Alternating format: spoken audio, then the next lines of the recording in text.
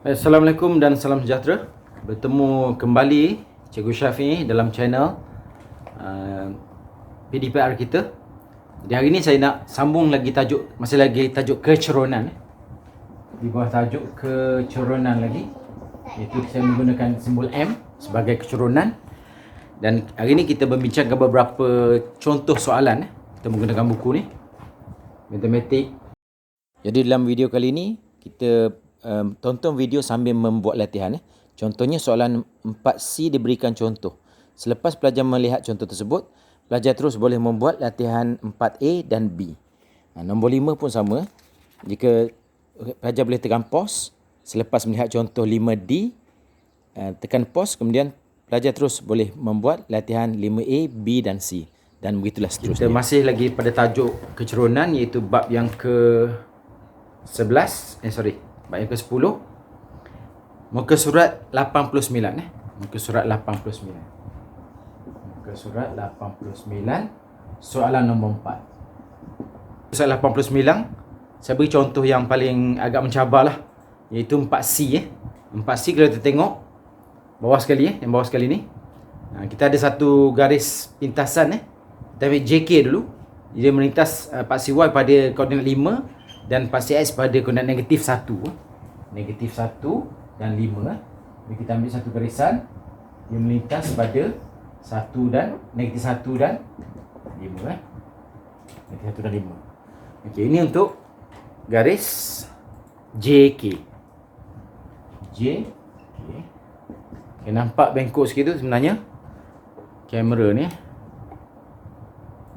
Okey. JK. Seterusnya, apakah nama pintasan? Apakah nilai pintasan X? Maka nilai pintasan X di situ adalah pintasan X bersamaan ni lah. Dia memintas pada X sama dengan negatif 1. Apakah nilai pintasan Y? Maka Y ni kita tengok paksi Y, dia memintas pada 5. Dan soalannya, apakah nilai keceronan? Seperti biasa, kita ambil rumus M sama dengan dy dx. Kita tahu M sama dengan dy over dx, iaitu perubahan pada paksi Y dibahagi dengan perubahan nilai pada paksi X. Maka jawapan kita adalah 5 dibahagi dengan 1. 5 dibahagi dengan 1. Kenapa tak ambil negatif 1? Dan kenapa nilainya positif 5? Sebab dia condong ke mana tu? Dia angkat tangan macam ni. Tengok, dia condong ke kanan atau ke kiri? Dia condong ke kanan. Maka nilai dia menjadi positif. Maka M adalah, condonan kita adalah 5. Positif. Jangan ambil kira negatif ni. Kita ambil kira dia condong ke mana sahaja. Okey. Seterusnya. Baik, pada soalan yang sama, ada satu lagi garis yang condong ke bawah tu. LM. Dia juga memintas paksi Y pada Y sama dengan 5 dan juga paksi X sama dengan 3. Jadi kita lakarkan sahaja 5 dan 3 ni. Ni garis ni akan jadi LM. LM. Baik. Jadi apakah pintasan X bagi garis ni? X ni ada 3. Dia dimintas pada 3. Apakah pintasan Y pada garis LM? Sama juga 5. Baik.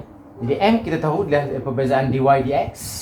Maka perubahan pada paksi Y sebanyak 5 unit dibahagi dengan pintasan pada X sebanyak 3 unit. Jadi 5 dibahagi dengan 3. Maka jawapan dia adalah 5/3. Positif ke negatif? Jadi kita tengok condong ke mana. Dia condong ke kanan atau ke kiri. Sekarang ni garis LM condong ke kiri. Yang tadi KL, LM, JK condong ke kanan. Sekarang LM condong ke kiri. Maka bila condong ke kiri, kita ambil kira nilai negatif 5/3.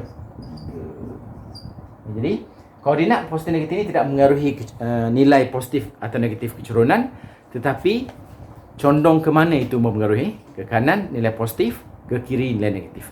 Dia berada di mana-mana sahaja pada graf, asalkan dicondong ke mana itu mempengaruhi nilai positif atau negatif. Jadi pelajar boleh buat untuk 4A dan 4B. Saya dah tunjuk nilai untuk 4C. Soalan 90, soalan nombor 5. A, B, C, D. Saya tunjuk contoh yang paling mencabar juga, iaitu 5D. Dalam 5D ni disuruh cari nilai keceronan jika diberi pintasan. Tadi beri gambar rajah, sekarang tak ada gambar rajah. Maka kita lukis gambar rajah. Ambillah ruang kecil tu untuk lukis gambar rajah. Di mana yang saya lukis, dia kata pintasan X negatif 6. Terbalik tu. Pintasan X negatif 6 Jadi X ni negatif 6. Dan pintasan Y adalah 3 3 di atas lah. Okay, 3. Ataupun kita lukis dulu garis, baru kita tanda. Pun mudah juga, lagi mudah. Kita lukis dulu, baru kita tanda nilai koordinat tersebut. Tak sama tak apa, ni lakar sahaja. Maka apakah nilai kecerunan? Kita tahu M adalah sama dy dx. Jadi dy nya adalah perubahan pada paksi y 3. Ambil yang nombor saja, jangan ambil positif negatif lagi. Kemudian dx nya adalah 6. 3/6. Jangan ambil negatif. Jadi jawapannya adalah 1/2. M di sini adalah 1/2. Maka positif ke negatif? Kita tengok dia condong ke kanan. Condong ke kanan, maka dia adalah positif 1/2 ataupun 0.5. Jadi pelajar boleh cuba jawab lagi. Untuk A, B dan C saya dah tunjuk untuk D. Pelajar boleh pause dulu sementara menunggu siap, kemudian barulah play balik, replay untuk soalan nombor seterusnya. Baik, soalan seterusnya iaitu soalan nombor 6 pada muka surat 90 lagi. Itu A, B, C. Saya tunjukkan yang last kali, iaitu C, di mana sekarang disuruh mencari nilai pintasan bila diberi kecerunan. Sekarang cari nilai pintasan X, iaitu K, bila diberi kecerunannya adalah 3/4. Jadi kita masih gunakan rumus yang sama, iaitu M bersamaan dy dx. Maka perbezaan paksi y di sini daripada titik asalan adalah 6. Dan perbezaan pada paksi X mengufuk adalah nilai K, 6/K.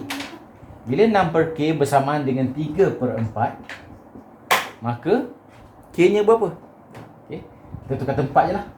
Okay. Tukar tempat saja. K bersamaan 4 dari sini. 6 darab 4 dibahagi dengan 3. Jadi K bersamaan, potong-potong ni, 2 kali 4, 8. Jadi K bersamaan 8.